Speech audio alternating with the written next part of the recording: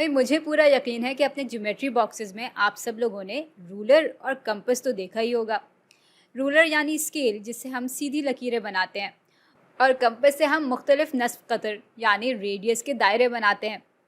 और मेरी तरह शायद आपको भी इस बात का अंदाज़ा नहीं है कि इन दो चीज़ों की मदद से हम क्या क्या बना सकते हैं। भाई वैसे तो मेरे पास यहाँ पे ना ही रूलर है ना ही कंपास है, लेकिन हाँ, इस बटन से मैं सीधी लकीरें बना सकती हूँ, और इस बटन से मैं कहीं पे भी दायरे का दरमियानी नुक्ता बनाकर आगे किसी भी रेडियस का दायरा बना सकती हूँ। तो चले फिर इन दोनों चीज़ों से काम लेना शुरू करते हैं।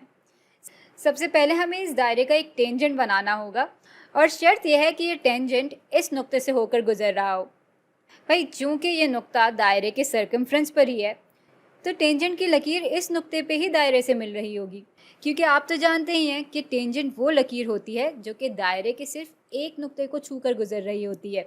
अब इसके लिए हम या तो कुछ इस किस्म की लकीर बनाना शुरू कर दें, और यहाँ हमें बहुत एहतियात करनी पड़ेगी कि ये लकीर दायरे के सिर्फ इस नुक्ते को छूकर गुजर रही हो। या इसको बनाने का एक और तरीका ये है कि हम दायरे का एक रेडियस बना लें जो कि इस नुक्ते से मिल रहा हो, और फिर उस रेडियस के परपेंडिकुलर एक लकीर खींच लें, यानी एक ऐसी लकीर खींच लें जिसका रेडियस के साथ 90 डिग्री का एंगल बन रहा हो। भाई दोनों ही तरीक़ों से हमें एक टेंजेंट मिल जाएगा जो कि इस नुक्ते से होकर गुजर रहा हो। बस फ़र्क ये है कि पहले तरीके में गलती की गुंजाइश ज़्यादा होती है, जबकि दूसरे तरीके की मदद से हम बिल्कुल दुरुस्त टेंजेंट बना सकते हैं, और बस इस वजह से मैं दूसरा तरीका इस्तेमाल करूँगी। चलिए फिर बिल्कुल इसी नाप का एक और सर्कल, एक और दायरा बना लेते हैं। और अब इस दायरे को मैं यूँ रखूँगी कि इस दायरे का दरमियानी नुक्ता इस पहले वाले दायरे के सर्कमफ्रेंस से जाकर मिल रहा हो, और इस नए दायरे का सर्कमफ्रेंस बिल्कुल पुराने दायरे के दरमियानी नुक्ते पे हो। तो यूँ हमारा दूसरा दायरा यहाँ पर आ जाएगा। अब यहाँ एक सवाल उठता है कि हमने ये काम आखिर क्यों किया। भाई अगर मैं इस दायरे का कतर बना लूँ यानी डायमीटर बना लूँ, तो आप देखेंगे कि पी बिल्कुल इस लकीर के दरमियान में आ रहा है, जबकि पहले वाले दायरे का दरमियानी नुक्ता इस लकीर के बिल्कुल आखिर में आ रहा है।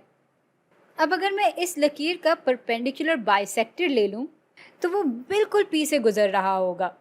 तो अब ये परपेंडिकुलर बाइसेक्टर बनाने के लिए हम एक और दायरा बनाएंगे, और इसका रेडियस थोड़ा बड़ा रखते हैं। तो ये आ गया एक और दायरा, और इसका भी आप देख सकते हैं कि दरमियानी नुक्ता बिल्कुल इसके जैसा ही है, इसके ऊपर ही है। अच्छा, अब एक और दायरा बनाएंगे, और इसका रेडियस हम बिल्कुल इस बड़े वाले दायरे के रेडियस के बराबर रखेंगे, और इसको उठाकर हम यहाँ पे ले आएंगे ताकि इसका जो दरमियानी नुक्ता है वो इस छोटे दायरे के सर्कमफ्रेंस पर हो। अब आप देख सकते हैं कि ये दोनों दायरे यहाँ पे भी मिल रहे हैं और यहाँ पे भी मिल रहे हैं। अगर आप गौर करें तो यहाँ से यहाँ तक की जो लकीर होगी वो बिल्कुल यहाँ से यहाँ तक की लकीर के बराबर होगी। ये लकीर इस दायरे का रेडियस है और ये लकीर इस दायरे का रेडियस है, और चूंकि ये दोनों दायरे बिल्कुल एक बराबर ही थे, इसलिए इन दोनों के रेडियस भी एक बराबर होंगे। तो अगर आप देखें तो इस नुक्ते का लकीर के इस नुक्ते के साथ और लकीर के इस नुक्ते के साथ एक जितना फासला है, और बस इस वजह से ये नुक्ता उस परपेंडिकुलर बाइसेक्टर की लकीर पे मौजूद होगा जो कि इस लकीर को काट रहा होगा, और बिल्कुल इसी तरह ये नुक्ता भी उसी परपेंडिकुलर बाइसेक्टर पे मौजूद होगा। इसी वजह से हम इन दोनों नुक्तों को जोड़कर इस लकीर का परपेंडिकुलर बाइसेक्टर बना सकते हैं। और भाई जैसा कि आप देख सकते हैं ये परपेंडिकुलर बाइसेक्टर इस पी के नुक्ते से ही होकर गुजर रहा है। मज़े की बात यह है कि ये परपेंडिकुलर बाइसेक्टर हमारे इस दायरे के रेडियस के बिल्कुल परपेंडिकुलर भी है। साथ ही साथ ये दायरे के सिर्फ एक ही नुक्ते यानी इस पी के नुक्ते को छूकर गुजर रहा है। तो अगर आप गौर करें तो ये परपेंडिकुलर बाइसेक्टर असल में टेंजेंट की सारी शराइत पर पूरा उतर रहा है, और बस यूँ हमने इस दायरे के लिए एक ऐसा टेंजेंट बना लिया जो कि पी के नुक्ते से होकर गुजर रहा है। भाई मैं मानती हूँ कि ये तरीका काफ़ी उलझा हुआ और लंबा चौड़ा था, लेकिन इस तरीके को इस्तेमाल करने का फ़ायदा यह है कि यूँ आप अपने जवाब के साथ बिल्कुल इत्मीनान के साथ बैठ सकते हैं। भाई इस तरह से जब आप अपने जवाब तक पहुँचेंगे तो वो बिल्कुल दुरुस्त होगा, उसमें गलती की गुंजाइश हो ही नहीं सकती।